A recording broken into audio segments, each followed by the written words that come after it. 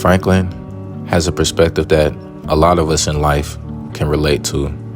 The perspective of growth, of getting out of the ignorant mindset that the life we live, we will die by it. And obviously, some people are too ignorant to get out of it. But in his case, he sees that his life is more than just a green flag and a gang sign to throw up. Throughout the story, we see Franklin clearly wanting to do something better than just repo cars and just do stick-ups on gang members and just shoot and do drive-bys. He want to actually make real money. He actually want to get out of the hood. He wants to be something. And his friends like Lamar, his OG Stretch, those are people who you just can't talk to when it comes to getting out the hood. If anything, they're going to see you as a mark or a buster. Same thing as like a sweet mindset from GTA San Andreas, which is the only thing that matters to him is the hood. Even though everybody that he grew up with turned on him, Smoke turned into a big drug dealer, Ryder died trying to be a drug dealer along with Smoke. He don't see that the hood is literally just a corrupt system. You see throughout the whole story, Franklin is trying to get Lamar to understand that the nonsense that they keep doing is not getting them no money. It's not getting them anywhere closer to where they want to be. And if anything, it's getting them closer to a death sentence and just a hail of bullets that keep raining around them. What's up, fool? What's up is we nothing but errand boys for Frosters, dawg. When we gonna get shit going? Oh, he don't want to be a gangster. He want to be a gangster. He want to go to jail. Oh, he don't want to go to jail. Nigga, make up your mind. I just want to get somewhere, dawg. That's all. Somewhere, not nowhere, like now. Man, I'll see you later, homie. Until he met a man by the name of Michael DeSanta during the mission Repossession, where he tries to repo his son's SUV, and it turns out to be a surprise attack, as Michael was just sitting in the backseat waiting for it all to prevail.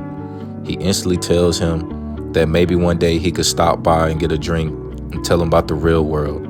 And from there on, Franklin's life will soon change. A couple of missions later, Michael finds his wife getting hung by the tennis coach, which alleviates him. This will result into him chasing him up the hill to where he thinks the tennis coach lives, pulling down his house off the cannon. Franklin sees this as an expensive stunt that Michael pulled. However, Michael looks at this as sweet revenge. But before you know it, we realize that it's not even the tennis coach's house. It's a cartel leader by the name of Martin Madrazo's house, which he didn't even know. Michael didn't even know of this man, but Franklin did. And before you know it, Michael eats the end of the baseball bat and is spit to the face by his wife. After that, Martin Madrazo announces that Michael owes what it seems to be around 2.5 million range.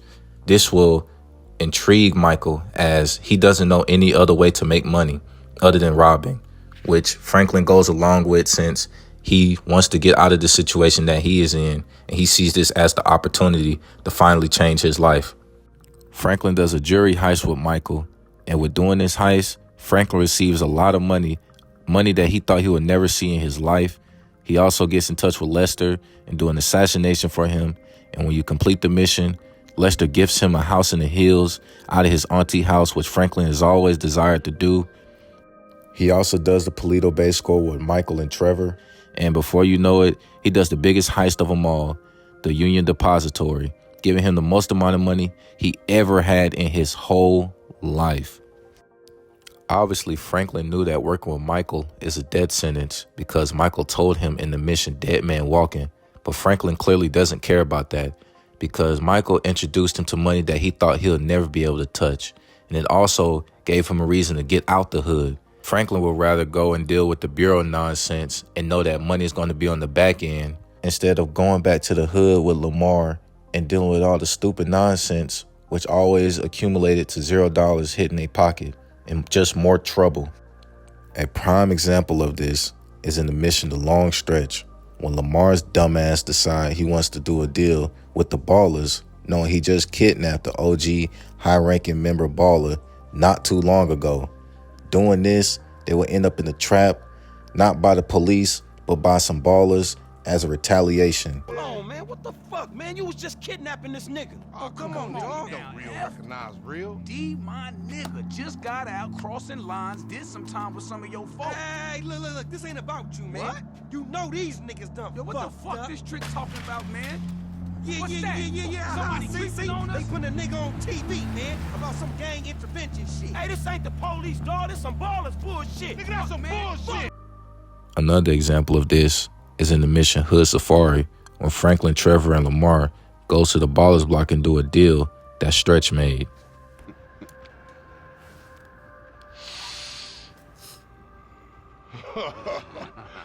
My throat getting numb already. So we good, nigga, right? Well, let's go. How about a taste?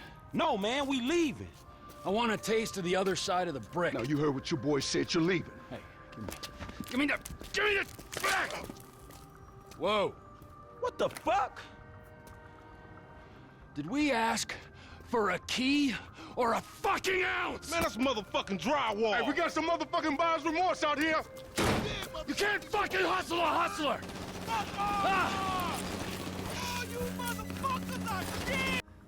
Franklin's life changed for the better, regardless of the situations with him with the Bureau, with the FIB, all the nonsense that he encountered when he got in touch with Michael, involving himself with Trevor and Michael's beef. It didn't matter because at the end, he got what he wanted. He grew out of the hood mindset that once you're in, there is no out. Lamar, on the other hand, didn't see it, which brings to the point of you have to leave people behind in order to grow sometimes. Sometimes even your closest friends, you might have to part ways with them, or not part ways, but get into a better environment so you can grow. Because at the end of the day, it is your life. Everybody else's life is different. You can only control what you can control. Other people will try to bring you down or will try to make it seem like you're being Hollywood or you're just being selfish. But in all reality, everyone wants to make it. The American dream has different definitions.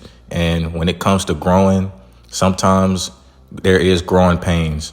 Pain that you might have to leave folks, pain that people will turn on you, all sorts of pain. But in the end, when you make it, and when people realize that they should have listened to you and they should have took your advice or even tried to tag along with you to be successful, it'll be too late. And therefore, Franklin, in his eyes, he's seen that it was too late for Lamar. Lamar's already too deep in. At one point, he even said that gangs is positive. That's all we got, which is crazy to say, knowing that Stretch literally set him up to be killed. And there's just no coming back from that. So point of the video is Franklin's mindset is very much relatable to everybody in the world because we all want to make it. We all want to get to where we want to be in life. We all want a happy ending. And with that, I conclude this video by saying, do you have friends or loved ones that you have told your dreams and goals to, but they painted it out to be impossible? And if so, did you leave them behind and do it anyway, or did you listen to them? Let me know in the comments. Like, comment, subscribe. I'll catch y'all in the next one.